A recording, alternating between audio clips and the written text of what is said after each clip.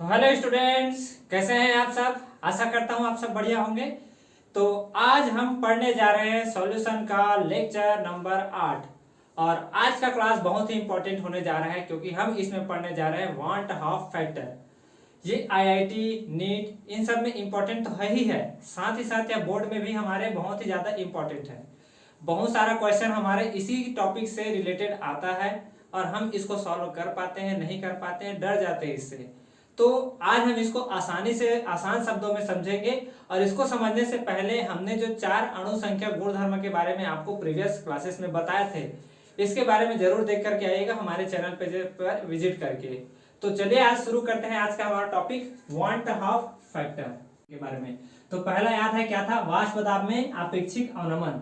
तो वाष्प दाब में आपेक्षिक अवनमन क्या था, P not a minus P A divided by P not a. और यह किसके बराबर था, मोल प्रभाज किसके, विलेय के। मोल प्रभाज किसके, विलेय के, है ना। तो विलेय का मोल प्रभाज क्या होता था, इसके बारे में भी जान लो। तो number of moles of solute यानी कि बी के मत लिखो यार, विलेय लिख लो। और नंबर ऑफ मोल्स ऑफ विलेय plus number of moles of विलायक। ठीक, ये था हमारा। तो ये अणु संख्या गुणधर्म क्या होते हैं, ये किसके ऊपर डिपेंड करता है, ओनली ऑन किसके ऊपर, कणों की संख्या के ऊपर, ना कि कणों की प्रकृति के ऊपर। ठीक। दूसरा हमने पढ़ा था हिमांक में अवनमन। हिमांक में अवनमन के बारे में आपने जाना था कि सर, अच्छा, क्वथनांक में उन्नयन पढ़ा था। तो क्वथनांक में उन्नयन के बारे में आपने जाना था कि डेल टीबी जो है किसके बराबर होता है, केबी इंटू एम। एम क्या होता था, मोलालिटी, मोललता। तो ये मोललता किसके बराबर होता था, तो केबी इंटू क्या होता था, विलेय के मोलों की संख्या, विलेय के मोलों की संख्या डिवाइडेड बाई विलायक का भार, डिवाइडेड बाई विलायक का भार। और वो भी भार किसमें, केजी में, यानी कि किलोग्राम में। रोक तो पेन के स्याही सूख गए साले। और तीसरा था क्या, हिमांक में अवनमन। तो हिमांक में अवनमन क्या था, डेल टी एफ बराबर के एफ इंटू एम, जहां के एफ क्या होता था, मोलल हिमांक अवनमन स्थिरांक, और के बी क्या होता था, मोलल क्वथनांक उन्नयन स्थिरांक, और ये एम क्या है, मोललता। तो के एफ इंटू क्या होता था, विलेय के मोलों की संख्या, विलेय के मोलों की संख्या डिवाइडेड बाई विलायक का भार। और विलायक का भार किसमें, किलोग्राम में। ये हो गया हमारे कितने, 3। और चौथा किसमें था, चौथा क्या था हमारा, अभी अभी लास्ट लेक्चर हमने इसके ऊपर किया था, क्या था, परासरण दाब। तो परासरण दाब को हम किससे दर्शाते थे, पाई। और पाई बराबर क्या होता था, एम आर और टी, जहां एम क्या होता था, मोलरता, क्या होता था, मोलरता। जहां मोलरता क्या होता था, मोलरता क्या होता था, विलेय के मोलों की संख्या, विलेय के मोलों की संख्या, और डिवाइडेड बाई विलयन का आयतन, विलयन का आयतन। और वो किस में रहता था आयतन हमारे, तो लीटर में होता था। किस में होता था, लीटर में, मल्टीप्लाई आर इंटू टी। तो ये चारों अणु संख्या गुणधर्म हमने पढ़े हैं पिछले क्लासेस में, हमारे ही चैनल में हमने आप इसको पढ़ा चुका थे हम। तो ये सब बातें जो है अणु संख्या गुणधर्म है, और ये सभी किसके ऊपर डिपेंड करते हैं, कणों की संख्या के ऊपर, यानी कि विलेय के मोलों की संख्या के ऊपर। विलेय के मोल जितने ज्यादा होंगे उनका ज्यादा उतना ही मान होता जाएगा, यानी कि विलेय के मोलों की संख्या यदि कम होती है तो परासरण दाब का मान अधिक होगा। विलेय के मोलों की संख्या का मान कम होता है तो पाई का मान क्या होता जाएगा, कम होता जाएगा।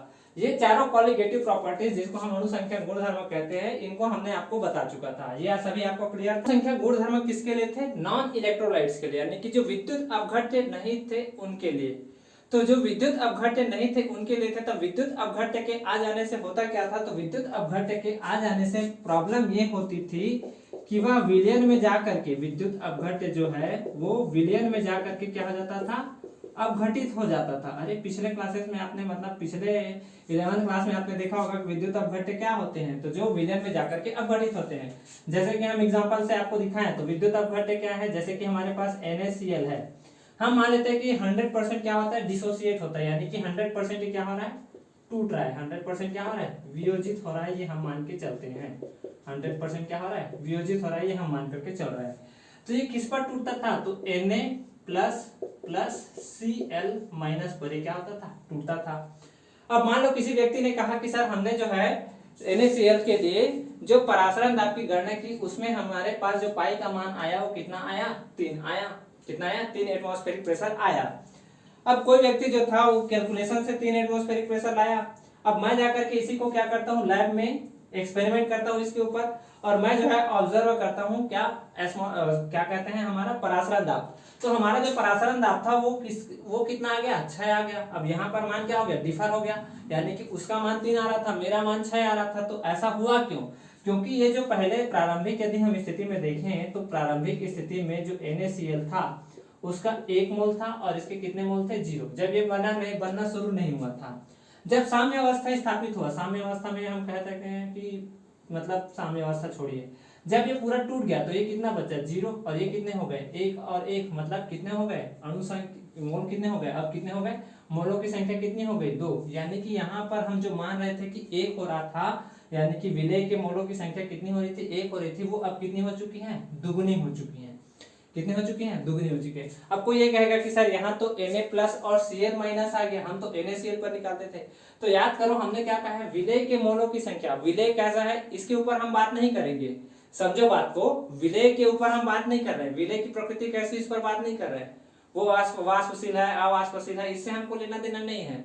हमको लेना देना है कि उसके कितने मोल बन रहे हैं, जितने ज्यादा मोल बनेंगे उतना ज्यादा हमारा क्या होगा, ऑब्जर्व कैलकुलेटेड प्रॉपर्टीज होगा, यानी कि जो हम अवलोकित करेंगे अणु संख्या गुणधर्म वो क्या होगा, उतना ही अधिक होगा, वो उतना ही क्या होगा, अधिक होगा। तो ये कितना अधिक होगा, तो जितने गुना ये बढ़ रहा है ना टूटने के बाद, उतना ही गुना ये क्या होगा, हमारा अधिक होगा। अब ऐसा भी नहीं होता है कि 100% टूटने वाला ही होगा, कुछ ऐसे भी होंगे जो क्या होंगे, विलयन में जाकर के जुड़ जाएंगे। अच्छा, इसके पहले जो हमने जितने भी क्या किए थे, पढ़े थे विलेय, वो कौन कौन थे, वो सब कैसे थे, नॉन इलेक्ट्रोलाइट थे, यानी कि जो विद्युत, इसके पहले जो हमने पढ़े थे कौन, इसके पहले जो विलेय थे, इसके पहले जो कौन थे, विलेय थे, ये कैसे थे, विद्युत अपघट्य नहीं थे, विद्युत अपघट्य नहीं थे। तो विद्युत अपघट्य नहीं होने से वो टूट नहीं रहे थे, तो क्या होगा, उसका जो हमने कॉन्जुगेटिव प्रॉपर्टीज यानी कि विलेय के मोलों की संख्या क्या लेते थे, हम 1 ही लेते थे। तो उसमें हमारा एग्जांपल कौन कौन था, यूरिया था, याद करो यूरिया था, और क्या था, ग्लूकोज था, सुक्रोज था। तो ये सब कैसे थे, ये टूटते नहीं थे विलयन में, यानी कि नॉन इलेक्ट्रोलाइट्स थे, विद्युत अपघट्य नहीं थे, विलयन में जाकर ये जैसे थे वैसे ही बनते थे। तो ऑब्जर्व कॉन्जुगेटिव प्रॉपर्टीज हमारा कैसा आता था, जैसा इसमें हम कैलकुलेशन करते थे उतना ही आता था। अब ये जो है विद्युत अपघट्य है, ये कैसे हो रहे हैं, वियोजित होकर के, अपघटित होकर के मोलों की संख्या को क्या कर रहे हैं, बढ़ा रहे हैं, विलेय में मोलों की संख्या को क्या कर रहा है, बढ़ा रहा है। अब यहाँ पर हमने कहा वियोजित हो रहा है, तो यहाँ पर मोलों की संख्या क्या हो रही है, बढ़ रही है। अब ऐसा भी नहीं होता है कि हमेशा बढ़ेगी सर कि विलयन में जाकर के इसका जो मोलों की संख्या ये हमेशा बढ़ेगी, ऐसा भी नहीं होता है। कुछ ऐसे भी हमारे पास विद्युत अपघट्य होंगे जो क्या होंगे, विलयन में जाकर के जुड़ जाएंगे। यानी कि जैसे कि मैं कहूं मेरे पास 2 मोल थे, यानी कि 1 मोल इसका 1 मोल इसका, दोनों जाकर के विलयन में क्या हो जाएंगे, ऐसे जुड़ जाएंगे, ऐसे क्या हो जाएंगे, जुड़ जाएंगे। तो वो क्या हो जाएगा, 2 था वो 1 हो जाएगा, या 1 था वो आधा हो जाएगा। तो इस प्रकार से ये वियोजित और संयोजित दोनों हो सकते हैं, वियोजित और संयोजित दोनों हो सकते हैं। तो विलयन में जाकर के उनका जो ऑब्जर्व है यानी कि जो अवलोकित अणुसंख्यक गुणधर्म है ये क्या हो सकता है, अलग हो सकता है। तो हम दोनों के बारे में जानेंगे, संयोजन और वियोजन के बारे में, और इसी को बताने के लिए हम क्या करेंगे, वांट हाफ फैक्टर, जिसको आप वांट हाफ गुणक भी कहते हैं, इसके बारे में आप समझोगे। तो आज का जो हमारा हीरो रहने वाला है वो कौन है, वांट हाफ फैक्टर रहने वाला है। अच्छा, ये जो विलयन है ये कभी ना ही संयोजित होते थे, ना ही संयोजित होते थे, ना ही वियोजित होते थे, ना ही संयोजित होते थे, ना ही कैसे होते थे, वियोजित होते थे। बहुत ही आसान है, समझो, फील लो इसका, फील लेकर के ही चलेंगे। ना ही संयोजित होते थे, ना ही क्या होते थे, वियोजित होते थे, याद है, ठीक। तो ये सब बातें हमने कही किसके लिए, इन सब के लिए। तो ये चारों कॉन्जुगेटिव प्रॉपर्टीज हमको आनी चाहिए, तभी जाकर के हमको वांट हाफ फैक्टर समझ आएगा। तो इतनी बातों को नोट करें, फिर हम आगे बढ़ेंगे। छाप लीजिए पहले के बारे में जानने जा रहे हैं। तो वांट हाफ फैक्टर को हम दर्शाते हैं किससे, आई से, किससे, आई से हम इसको क्या करते हैं, दर्शाते हैं।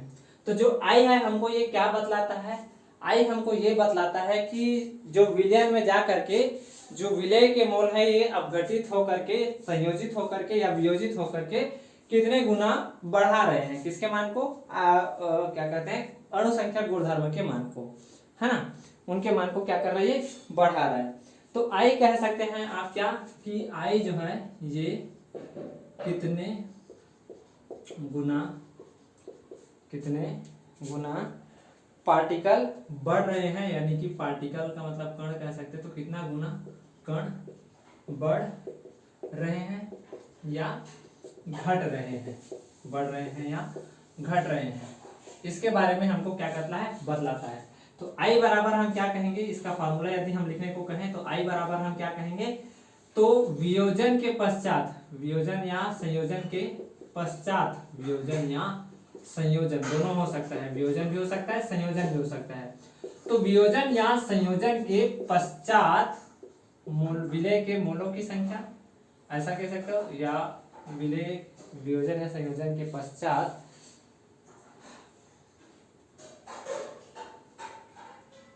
वियोजन या संयोजन के पश्चात विलय के मोलों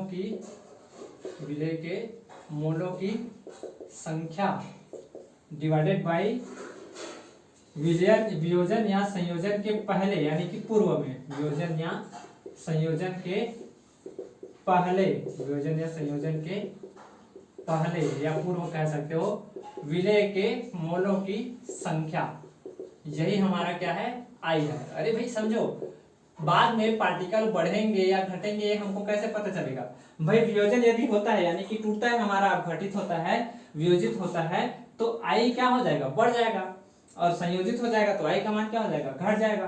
तो यही हमको बताना है कि वो कितने गुना बढ़ेगा या कितने गुना घटेगा, इसके बारे में, कितने गुना बढ़ेगा या कितने गुना घटेगा, इसके बारे में हमको बतलाना है।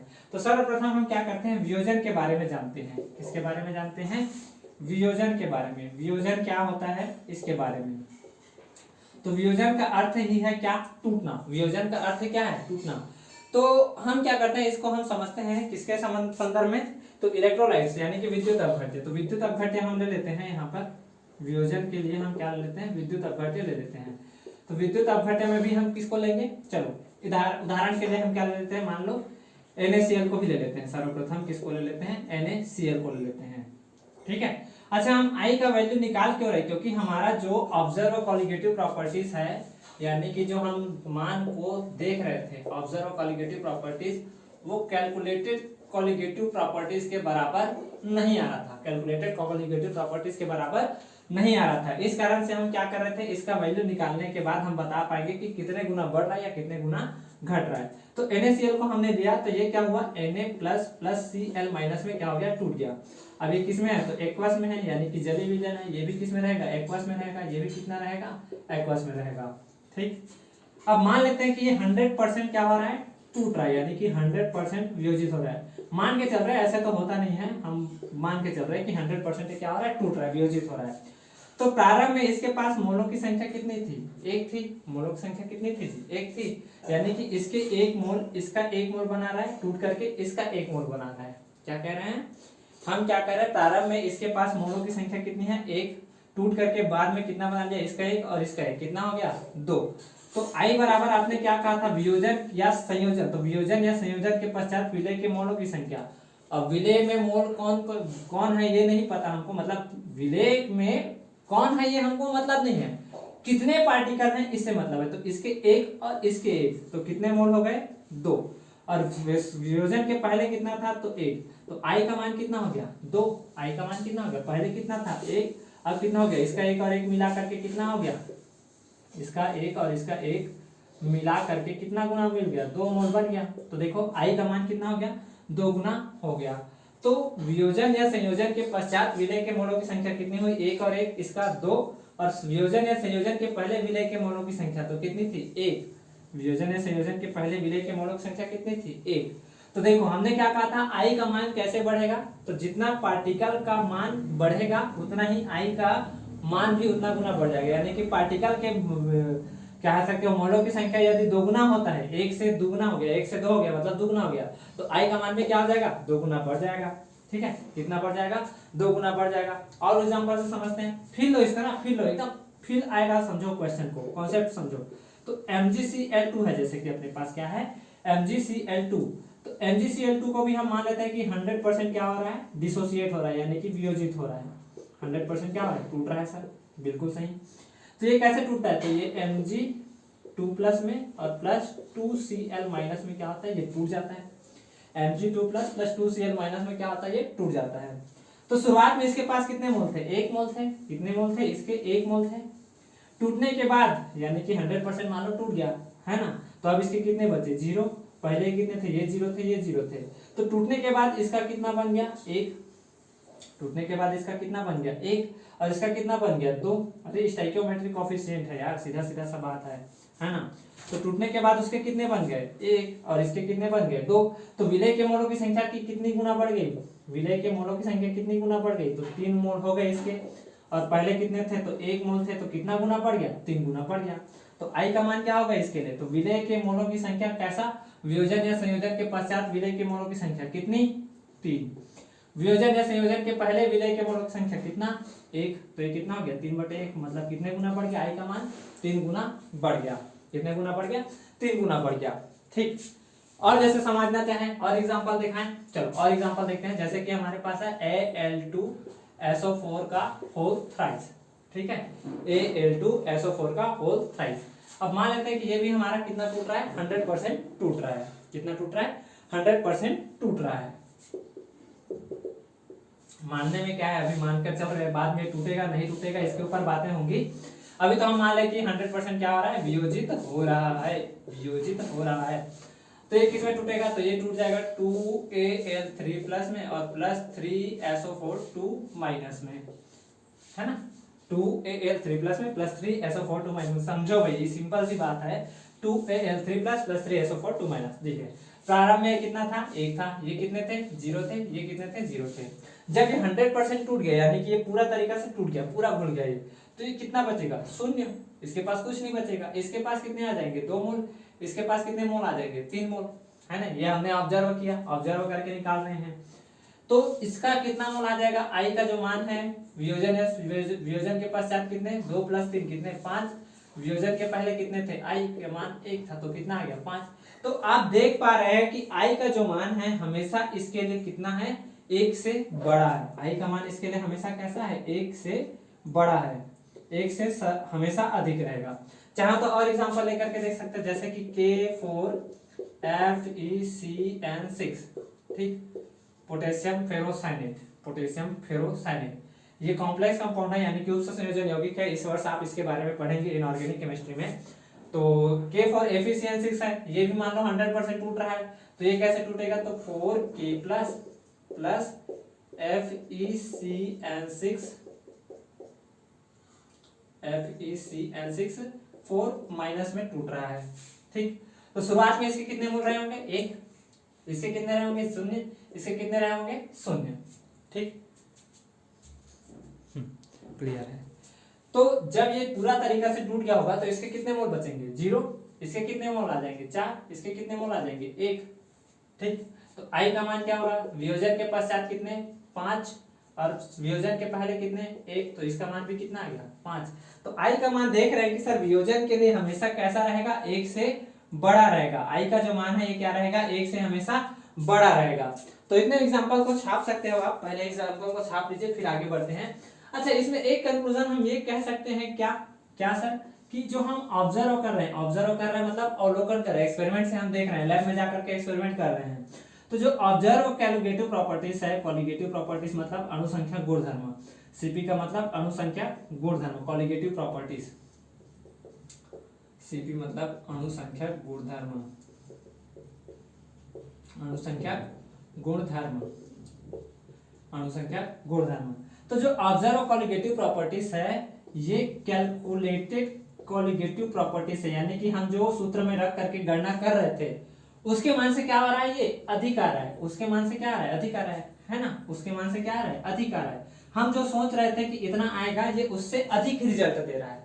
मान लो हम सोच रहे थे कि 3 मोल आने वाला है, वियोजन पे जो पाई का मान है या जो हिमांक का नमन वगैरह है वो 3 मोल आ रहा है, तो वो उससे बढ़ करके 6 मोल आ रहा है, कहीं पर 5 मोल आ रहा है। तो आई का मान यहाँ हमेशा 1 से कैसा रहेगा, बड़ा रहेगा। छाप लो इतनी बातों को, फिर हम आगे बढ़ते हैं। तो फिर इससे कठिन कुछ और हो ही नहीं सकता, है ना।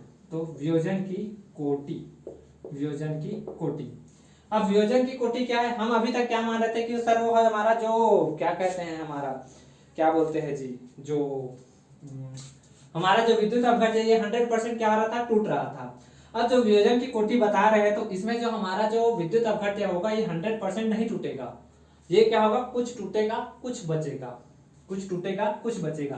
तो इसके लिए हम क्या कहते हैं, अल्फा। अल्फा क्या था, याद है, अल्फा क्या था, वियोजन की कोटि। वियोजन की क्या थी ये, कोटि।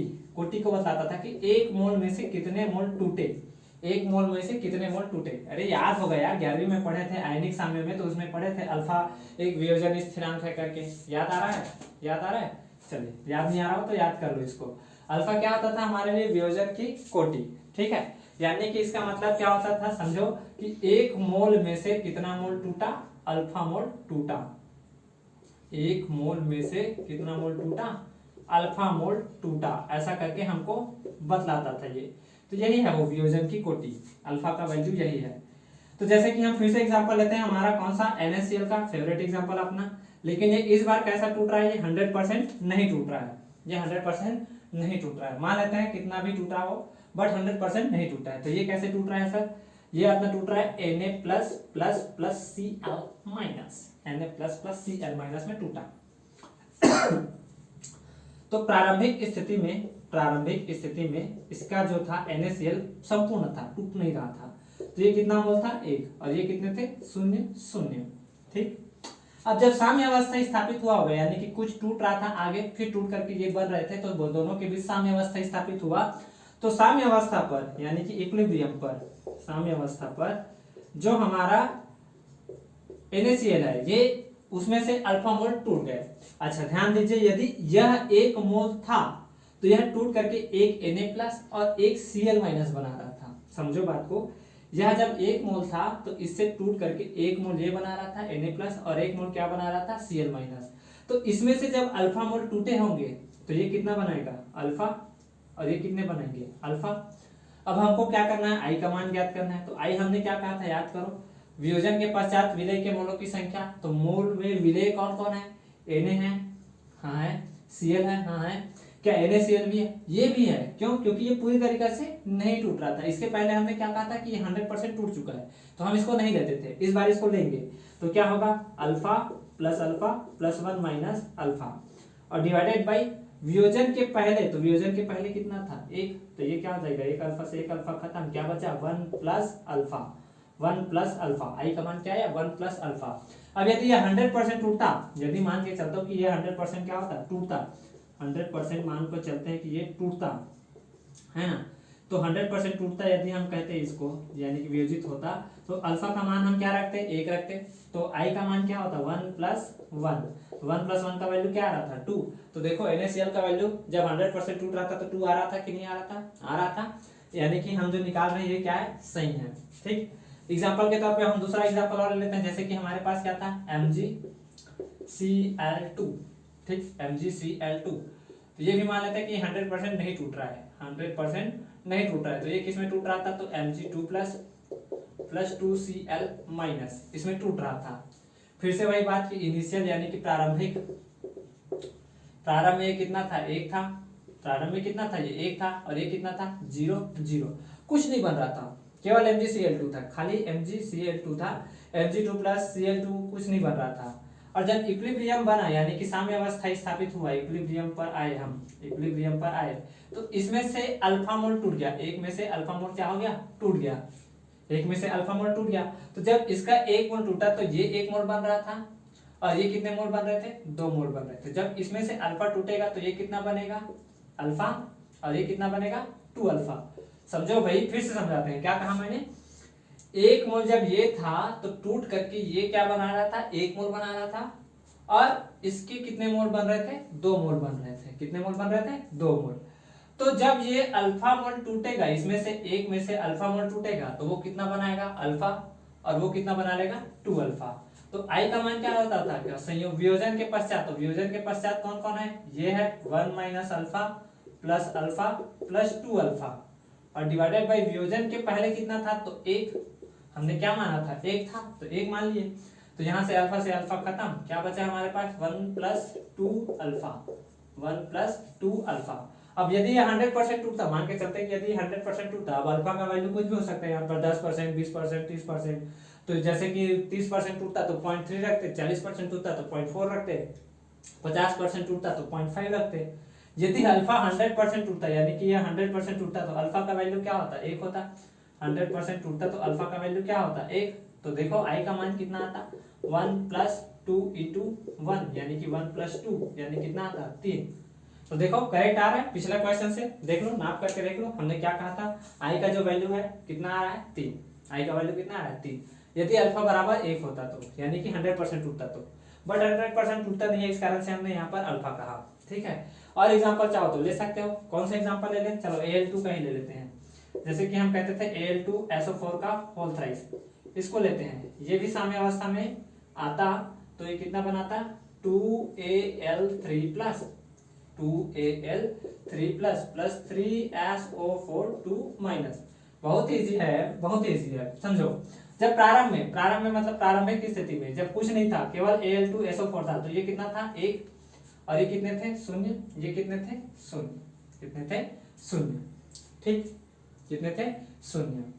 अब मैं कहता हूं कि जब ये इक्विलिब्रियम में आया, यानी कि साम्य अवस्था में आया, इक्विलिब्रियम में आया, तो इसमें से अल्फा मोल टूट गए। जब इसका 1 मोल टूटा तो इसके कितने मोल बन रहे थे, 2 मोल, और इसके कितने बन रहे थे, 3 मोल। तो जब इसमें से अल्फा टूटेगा तो इसमें से कितना बनेगा, अरे बोलो बच्चों, कितना होगा, 2 अल्फा, और इसका कितना होगा, 3 अल्फा। तो सर आई का वैल्यू कुछ इस प्रकार से हो जाएगा क्या, कि 1 - alpha + 2 alpha + 3 alpha divided by 1 होगा। सिंपल सी बात है, 1 - अल्फा भी विलेय में है, अभी 2 अल्फा भी विलेय है, 3 अल्फा भी विलेय है, तो तीनों को हमने क्या कर दिया, जोड़ दिया, तो ये कितना आ जाएगा, 1 + 4 अल्फा, और अल्फा का मान यदि 1 रखोगे तो आई का मान फिर से क्या आ जाएगा, 5 आ जाएगा। इजी है यार, बहुत ही इजी है। ठीक है, कॉन्सेप्ट को समझो, इसके फार्मूले में मत जाओ, कॉन्सेप्ट को समझो, बहुत ही इजी क्वेश्चन है, इससे इजी आपको नहीं मिलेगा। ठीक है, आती है डिसोसिएशन के ऊपर। अब कई बार क्या होता है कि हमको बुक में जो फार्मूला दिया जाता है, इसके ऊपर भी बात कर लेते हैं कि बुक में जो फार्मूला दिया जाता है, बट फार्मूले से कोई फायदा होने वाला नहीं है। कॉन्सेप्ट को समझोगे, कॉन्सेप्ट से रटोगे नहीं, रटना नहीं है, रटोगे तो फिर भूल जाओगे। कितना ही क्वेश्चन करोगे, 1 क्वेश्चन, 2 क्वेश्चन, उससे अधिक क्वेश्चन होगा नहीं। तो कॉन्सेप्ट को समझोगे तो आपको पूरा फील आएगा। अब पुस्तक में कैसे दिया रहता है, यानी कि हमारे जो एनसीईआरटी की किताबें हैं, इनमें कैसे दिया रहता है कि मान लेते हैं कि n मोल जो है, n मोल का जो चेन है, ऐसा हमारा क्या होता था, n मोल का जो चेन है ये हमारा बना हुआ है। n मोल मतलब ऐसे ऐसे जुड़ जुड़ करके हमारे पास क्या बने हुए हैं, विलेय, मतलब विलेय के जो कण है ये बने हुए हैं। अब इसको हमने तोड़ा, हमने इसको क्या किया, तोड़ा, विद्युत अपघट्य तो क्या होगा, टूटेगा। तो मान लेते हैं ये n a में क्या हो गया, टूट गया, n a में क्या हो गया, ये टूट गया। n a मॉलिक्यूल में क्या हो गया, टूट गया। समझो मेरे पास क्या था, एकदम पूरा लंबा चेन था, किसका, A मॉलिक्यूल्स का। जैसे मैंने इसको विलेय में डाला तो क्या तुर तुर करके क्या होने लग गए, टूटने लग गए, और n मोल्स आप ये क्या करने लग गए, बना लिए। अब शुरुआत में यदि हम कहते हैं कि इनिशियल टाइम में, यानी कि प्रारंभिक समय में, जब इसके पास 1 मोल था तो इसके पास कुछ मोल थे क्या, नहीं, तो 0 था। जब इसमें से अल्फा मोल टूटा, 1 में से कितना मोल टूटा, अल्फा मोल टूटा, तो इसके कितने मोल बनेंगे, n अल्फा, क्योंकि इसका 1 मोल इसके n मॉलिक्यूल्स बना रहे थे, यानी कि इसका 1 मोल टूट करके n मोल बना रहा था।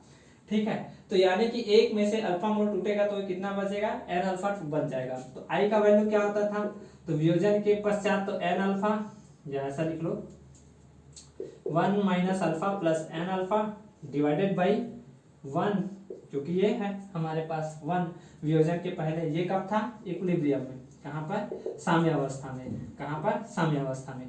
तो जब हम क्या करेंगे, इसको लिखेंगे तो I बराबर क्या हो जाएगा, तो 1 को इधर ला लेते हैं, तो ये क्या हो जाएगा, I - 1 बराबर, यहाँ से अल्फा कॉमन ले लो, या फिर ऐसा लिख लो n अल्फा माइनस अल्फा। तो I - 1 बराबर अल्फा कॉमन ले लोगे तो क्या बचेगा, n - 1, और यहाँ से अल्फा का वैल्यू क्या आ जाएगा, अल्फा का वैल्यू क्या आ जाएगा, I - 1 डिवाइडेड बाई n - 1।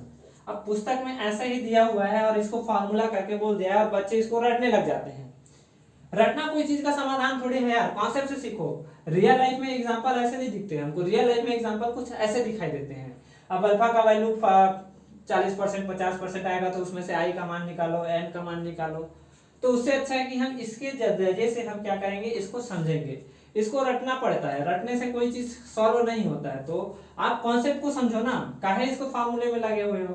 तो चलो इतनी बातों को मैं मिटाता हूँ और अब हम पढ़ने जा रहे हैं किसके बाद। लोग इंग्लिश में क्या कहते हैं, एसोसिएशन। हिंदी में हम क्या कहते हैं इसको, संयोजन। हिंदी में इसको हम क्या कहते हैं, संयोजन, एसोसिएशन। इसीलिए एसोसिएशन ऐसा करके बोला जाता है इन्हीं को। तो संयोजन के लिए हम क्या करते हैं, जो हमारे जो क्या कहते हैं विलयन है या जो विलय के पदार्थ है या विद्युत अपघट्य है, उसमें हम क्या करते हैं, एसिटिक एसिड है, बेंजोइक एसिड है, इन सबको हम क्या करते हैं, डालते हैं। यानी कि इनको हम लेते हैं। जैसे कि हम कहते हैं कि हमारे पास मान लो विद्युत अपघट्य के तौर पे हमारे पास मान लो क्या थे, 2 मोल्स थे किसके, एसिटिक एसिड के। अब संयोजन क्या देखिए, संयोजन क्या है कि 2 या 3 मॉलिक्यूल्स किसके, विलय के, जब विद्युत अपघट्य क्या होंगे, 2 या 3 रहे होंगे, आपस में से रहे होंगे, एक इधर एक इधर। तो जब विलयन में जब जाएंगे तो विद्युत अपघटित होकर के आपस में क्या हो जाएंगे, जुड़ जाएंगे। विद्युत अपघट्य में विलयन में जाकर के क्या हो जाएंगे, आपस में जुड़ जाएंगे। तो इसी को हम क्या कहते हैं, संयोजन। इसके पहले क्या था कि एक मॉलिक्यूल था, विलयन में जाकर के 2 मॉलिक्यूल्स, 3 मॉलिक्यूल्स, 4 मॉलिक्यूल्स में क्या हो रहे थे, टूट रहे थे। अब यही 2 3 4 मिल करके आपस में एक मॉलिक्यूल्स का निर्माण करेंगे, तो वो क्या है, संयोजन कहलाएगा। क्या कहलाएगा, संयोजन कहलाएगा। तो इसके लिए हमने क्या लिया, एसिटिक एसिड लिया और इसको हमने मान लिया कि 100% क्या हो रहा है, जुड़ रहा है, यानी कि संयोजन हो रहा है। और इसको हमने डाला किसमें है, तो इसको हमने किसमें डाला, बेंजीन में डाला। ठीक है, और हम मान रहे हैं कि 100% क्या हो रहा है, एसोसिएट हो रहा है, यानी कि संयोजित हो रहा है। 100% क्या हो रहा है, संयोजित हो रहा है। तो ये कुछ इस प्रकार से बनता है कि CH3 और इधर हम लिख लेते हैं C डबल बॉन्ड O, और ये हो गया हमारे पास OH, C double bond O, और ये हो गया हमारे पास H, और इधर भी ऐसे ही हम ले लेते हैं CH3 C double bond O, और इधर हम ले लेते हैं CH3 C single bond OH। ठीक, अब यहाँ पर क्या होता है कि जहां पर यहाँ देखें कि हाइड्रोजन है, यहाँ पर देखा ऑक्सीजन है, तो हाइड्रोजन अपने साथ क्या कर लेता है, ऑक्सीजन को अपनी ओर जोड़ लेता है। यानी कि इनके के बीच अब प्यार भरी बातें होंगी और प्यार भरी बातों से क्या हो जाएंगे, आपस में जुड़ जाएंगे। पहले कितने थे, 2 थे, अब कितने हो गए, 1। यानी कि ऑक्सीजन और हाइड्रोजन के बीच क्या होंगी, प्यार भरी बातें होंगी सर, प्यार भरी बातें, बहुत ही सिंपल। तो ये क्या बनता है, हमारी प्यार भरी बातें ही हमारे क्या है, हाइड्रोजन बॉन्ड। तो हाइड्रोजन बॉन्ड दोनों ओर बन जाएंगे। तो जब हम 2 मोल्स CH3COH यानी कि एसिटिक एसिड के विलयन में डालते हैं, तो क्या होता है कि 1 मोल ही हमारे पास क्या बन के आता है, एसिटिक एसिड का ये जो कण है, यानी कि विलय के जो कण है, ये एक ही मॉलिक्यूल जाता है। यानी कि विलय में हमने कुछ करके 2 एसिटिक एसिड डाले, और जब हाथ डालकर निकालना चाहा तो केवल एक ही मॉलिक्यूल्स निकल करके आया। तो देखिए यहाँ पर पहले कितना था, 1 था, अब वो कितना हो गया है, मतलब पहले कितना था, ये पहले कितना था, 2 था, वो शुरू में कितना था, 0 था। जब ये 100% टूट गया, जब ये 100% क्या हो गया, टूट गया, ये मतलब सॉरी टूट गया कहते हैं, 100% क्या हो गया, जुड़ गया। तो जब 100% ये जुड़ गया तो क्या बचा इसके पास, 0, और वो कितना हो गया, 1। पहले कितना था, 0, अब कितना हो गया, 1। ठीक है, अब कितना हो गया, 1।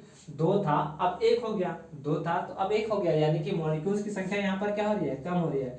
यानी कि यहाँ पर मतलब समझते हैं कि यहाँ पर I का जो मान है ये हमेशा कैसा रहेगा, 1 से कम रहेगा।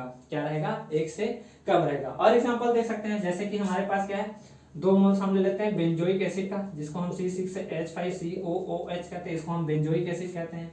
तो 100% जुड़ रहा था तो ऐसा बना हमारे पास। तो हम फिर से कहते हैं कि इसको हम 100% क्या करते हैं, मान के चलते हैं कि संयोजित हो रहा है। 100% क्या हो रहा है, संयोजित हो रहा है। और इसको हमने डाल दिया किसमें, बेंजीन में।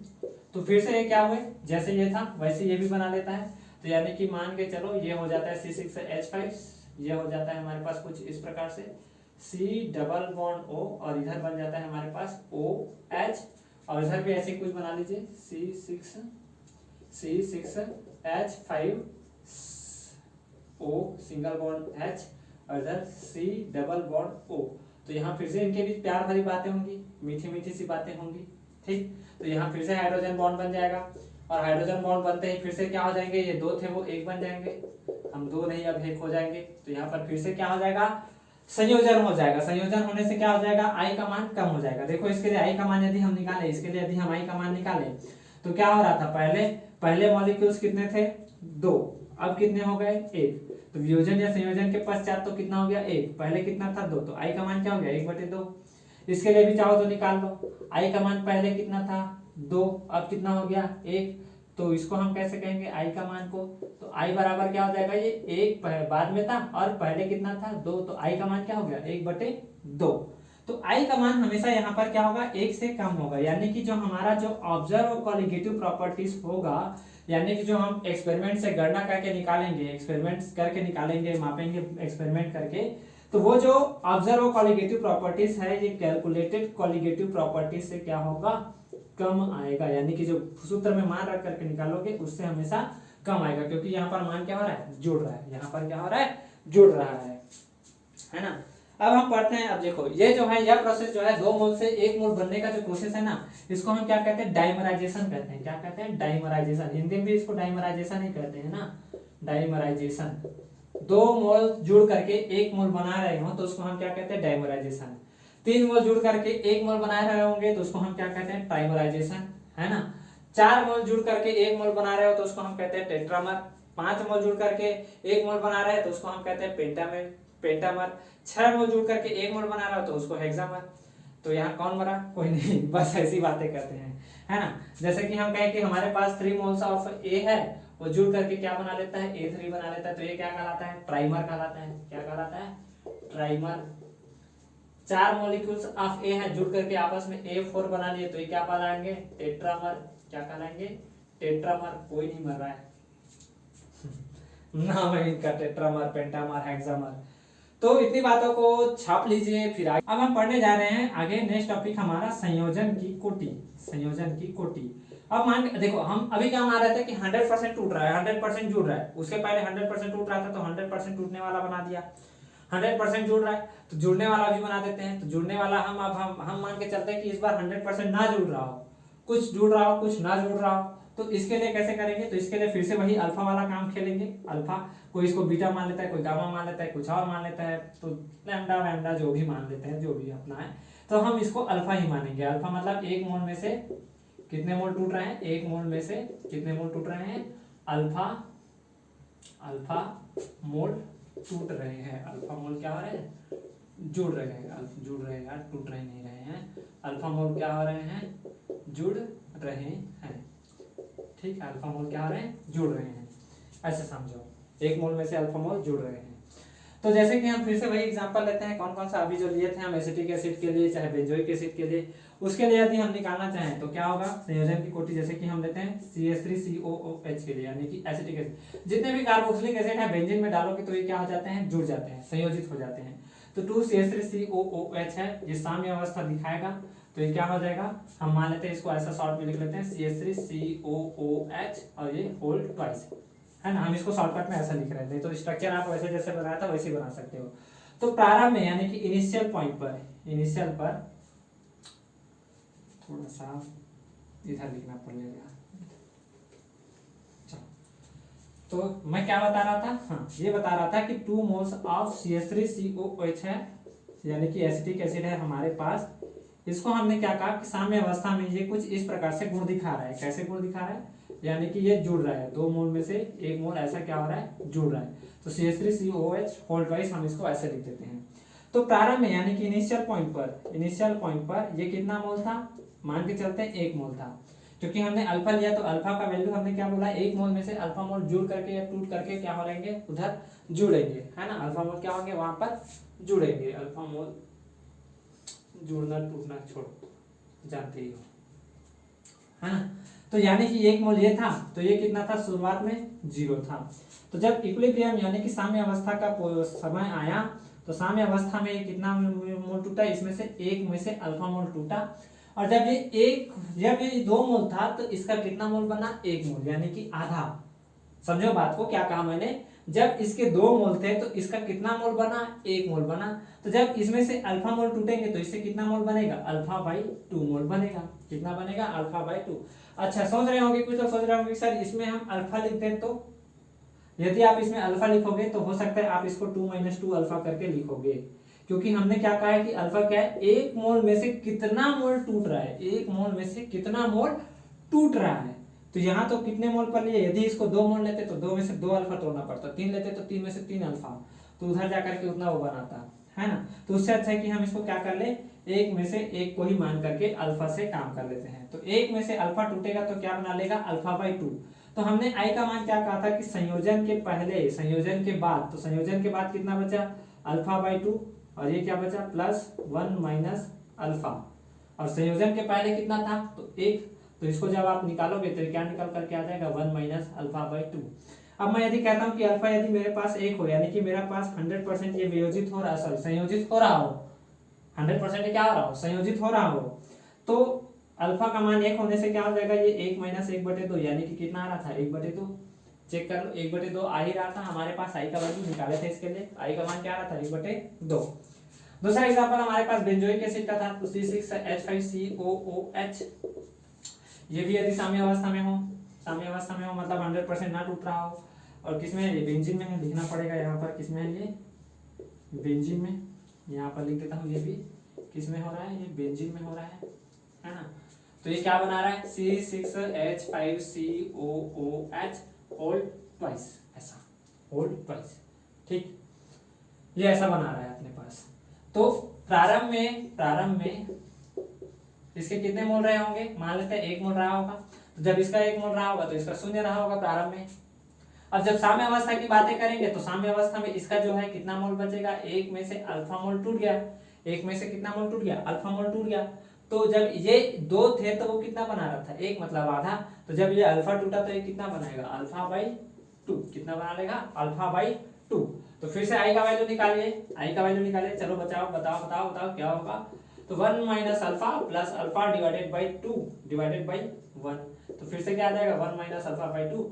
और फिर यदि मैं कहता हूँ कि अल्फा का मान 1 हो, यानी कि 100% जुड़ रहा हो, तो क्या हो जाएगा, आई का जो मान है ये 1 माइनस 1/2, और फिर से इसका वैल्यू क्या आ जाएगा 1/2। तो देखो हम जो अल्फा का वैल्यू निकाल रहे हैं एकदम सटीक आ रहा है, जितने गुना बढ़ रहा है जितने गुना घट रहा है, ये सभी वैल्यू क्या आ रही है, सटीक आ रही है आई के वैल्यू के आ जाने से, है ना, आई के वैल्यू के आ जाने से ये सब चीजें क्या हो रही है, सटीकता से हमारे पास आंसर आ रही है।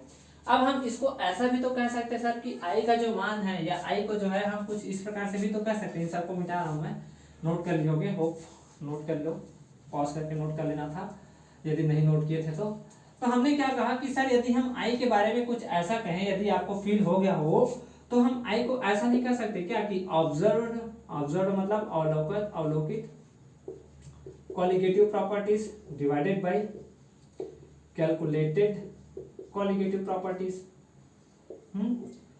Observe colligative properties divided by calculated colligative properties. Observe यानी कि जो अवलोकित, ऑब्जर्व मतलब अवलोकित, प्रैक्टिकल से आपने नापा इसको, अवलोकित गुणधर्म अणुसंख्या गुणधर्म के बारे में कहें तो ये किसके बराबर है या किसको हम कहते थे, तो वियोजन या संयोजन के पश्चात, वियोजन या संयोजन के पश्चात मोलों की संख्या था, वियोजन या संयोजन के पश्चात मोलों की संख्या की बात करता था ये। और हमारा जो कैलकुलेटेड है यानी कि गणना करके जो हमने लाया था, गणना करके जो हमारा कॉलिगेटिव प्रॉपर्टीज आया था वो क्या था, तो वियोजन या संयोजन के पहले, वियोजन या संयोजन के पूर्व विलय के मोलों की संख्या थी, है ना, किसके मोलों की संख्या, तो विलय के मोलों की संख्या थी, ये विलय के मोलों की संख्या, विलय के मोलों की संख्या को बतलाती थी ये गणना वाला, ऐसा आप बोल सकते हैं। अब यदि मैं इसी को यदि कहूं कि यदि संयोजन के लिए यदि मैं कहूं आई का वैल्यू क्या होता था, तो संयोजन कैलकुलेटर से ज्यादा होता था। जैसे कि एग्जांपल के तौर पे आपको समझाएं कि जैसे कि हमारे पास A2 मॉलिक्यूल्स था, इसके 1 मोल थे, तो ये साम्य अवस्था में A2A के रूप में बन गया, यानी कि 1 से कितना बन गया, ये 2 बन गया। तो ऑब्जर्व कॉलिगेटिव यानी कि आई का जो मान है ये क्या आता था, संयोजन के पश्चात, तो संयोजन के पश्चात या वियोजन के पश्चात विलय के मोलों की संख्या कितनी, 2, और कैलकुलेटेड क्या था पूर्व में, मतलब 1, तो 2/1, तो आई का मान क्या हो रहा था, 1 से ज्यादा आ रहा था, आई का मान क्या हो रहा था, 1 से ज्यादा आ रहा था, राइट। और यदि संयोजन के लिए कहें तो सर हमारे पास A2 था या 2A था, ये जुड़ करके A2 बना रहा था, तो आई का मान क्या हो गया, पहले कितना था, 2 था, अब जाकर कितना बन गया 1, तो आई का मान क्या हो गया, पहले 1 था अब कितना हो गया, मतलब पहले 2 था अब कितना हो गया 1, तो आई का मान क्या आ गया 1/2।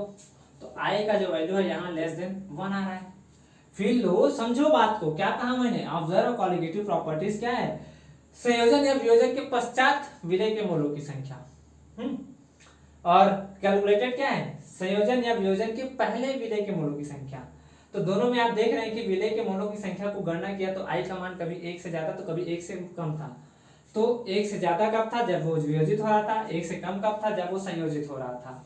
अब हम चारों कॉलिगेटिव प्रॉपर्टीज को नया तरीका से, तो पहला कॉलिगेटिव प्रॉपर्टीज था P not A minus PA divided by P not A divided by P not A, और ये किसके बराबर था, विलय के मोलों की मोल प्रभाज के बराबर, है ना, विलय के मोल प्रभाज के बराबर था, विलय के मोल प्रभाज के बराबर था।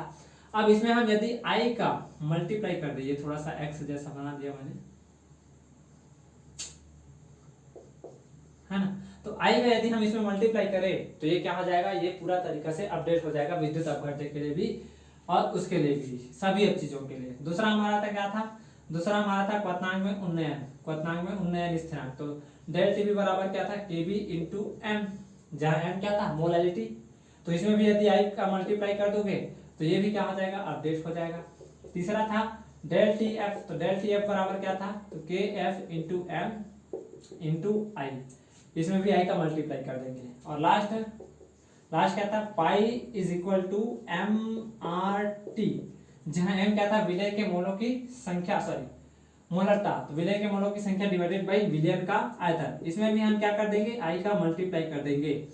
और ये जो चारों फार्मूले हैं ये सभी के लिए लागू होंगे, सभी जगह लागू होंगे। ये कहाँ लागू होंगे, सभी जगह लागू होंगे, चाहे वो एसोसिएशन का केस हो चाहे वो डिसोसिएशन का केस हो, सभी जगह लागू होंगे। चाहे हमारा जो विलय है चाहे वो विद्युत अपघट्य हो या ना हो, यदि हमारा विलय विद्युत अपघट्य ना हो, यानी कि वो टूट नहीं रहा हो ना ही जुड़ रहा हो, विलय विद्युत अपघट्य ना हो, विद्युत अपघट्य ना हो, तो क्या करेंगे, उसके लिए ना हो तो आई का मान हमेशा उसके लिए क्या लिखोगे, 1 लिखोगे। आई का मान क्या लिखोगे, उसके लिए हमेशा 1 लिखोगे। और ये सभी जगह लागू होगा, चाहे वो एसोसिएशन का केस हो चाहे वो डिसोसिएशन का केस हो, है ना, चाहे वो किसका केस हो, संयोजन का केस हो चाहे वो वियोजन का केस हो, सभी जगह लागू होंगी। इसको तो वीडियो मैं कहता हूं कि आज जितना भी टॉपिक मैंने आपको क्वांट हाफ फैक्टर से समझाया, आशा करता हूं कि आपको पूरा तरीका से क्लियर हो गया होगा।